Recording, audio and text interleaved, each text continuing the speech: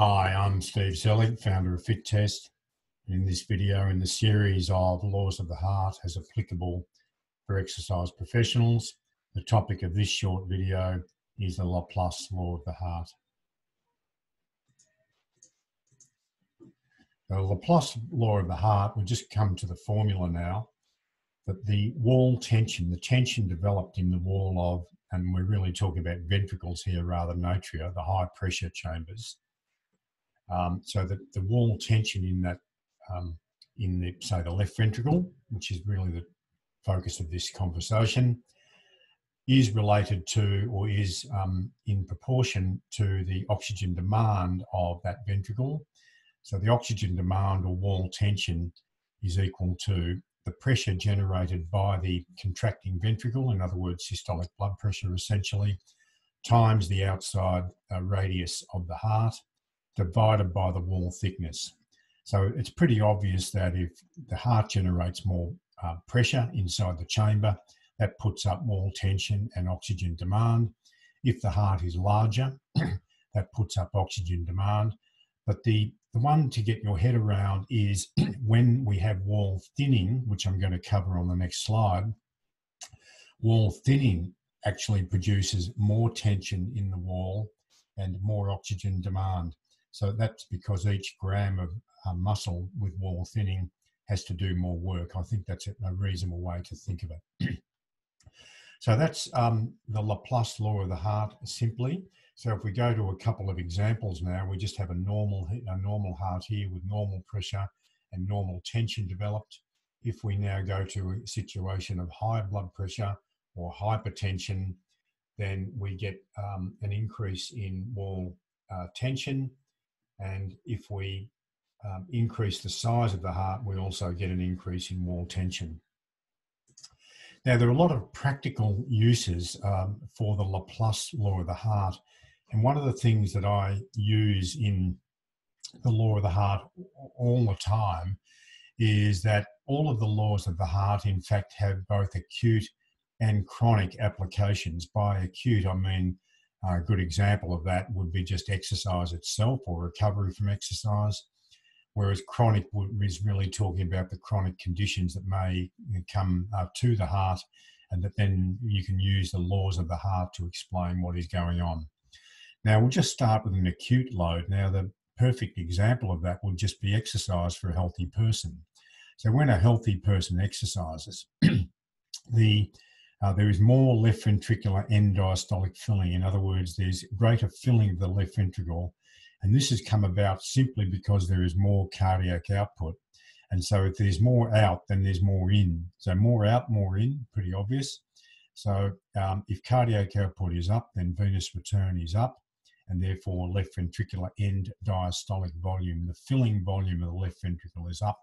This pushes up radius.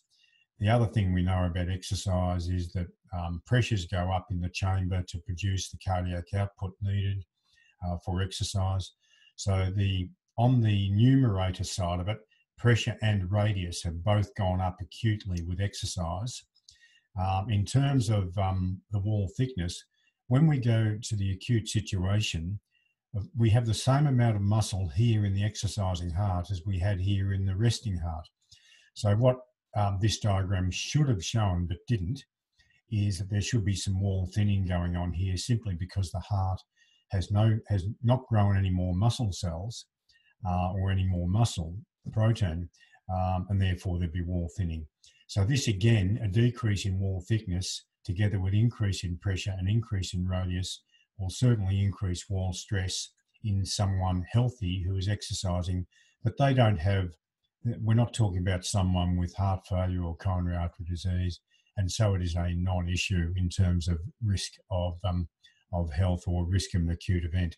Now, if we come to the chronic situations now, first of all, compensatory hypertrophy. This is where someone may have had decades of hypertension that wasn't particularly well managed over a long period of time. They have hypertrophy increased. So eccentric hypertrophy is increased external diameter. They'll have increased concentric hypertrophy with decreased internal diameter. You can't actually see that very well here, but that would be would be a smaller chamber size with increased concentric hypertrophy together with the increased eccentric hypertrophy. Obviously, the pressures are greater. The radius is the external diameter, so that is up, but protecting in a not a very logical way, but in not a very safe way, but protecting will be an increase in wall thickness. And I'll show you how that works on the slide after the next one.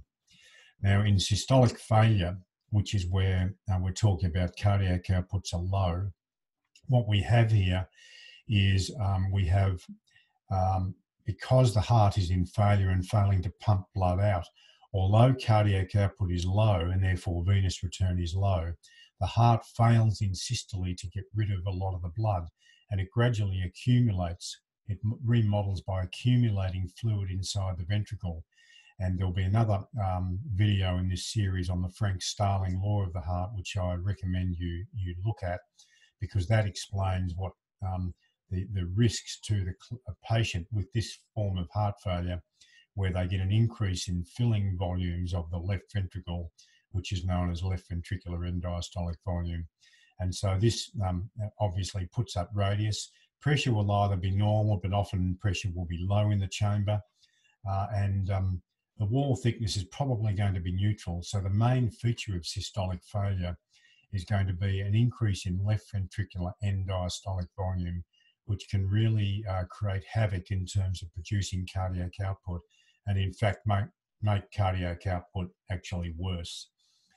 Now, dilated cardiomyopathy is an extreme version of what I've just described here, where this time we've got wall thinning, which will obviously wall thinning, we've already talked about that, will increase wall stress. We have a decrease in pressure often in diastolic cardiomyopathy, and clearly we have a large increase in volume. So we have these three factors are all feeding into an increase in wall stress and therefore oxygen demand of a heart that has dilated cardiomyopathy.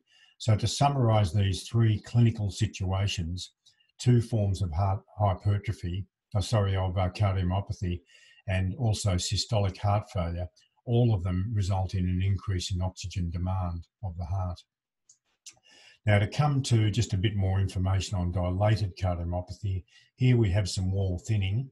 So the radius has clearly gone up, the pressure has gone down or is neutral, the wall thickness has gone down. So when we look at all of the arrows together, we see a negative arrow for maybe pressure, two positive arrows for radius, and a negative arrow for wall thickness. That arrow there cancels out with this one here, and you're left with two positive arrows for oxygen demand. Now, I've just put a little bit of a schema over here to show you or to guide you on how to interpret these arrows in the Laplace law.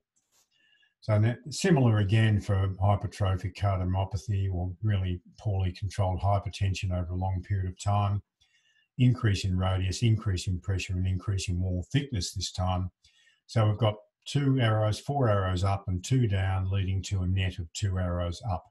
And again, you can look at the schema over here to help you. So the Laplace really guides us.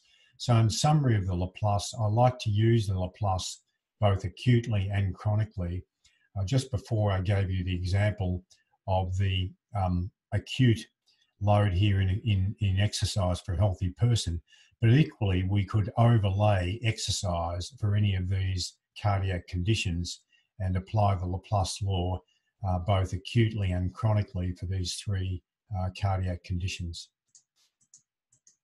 So thank you for watching this video, and as always you can contact me at info@myfittest.com.au.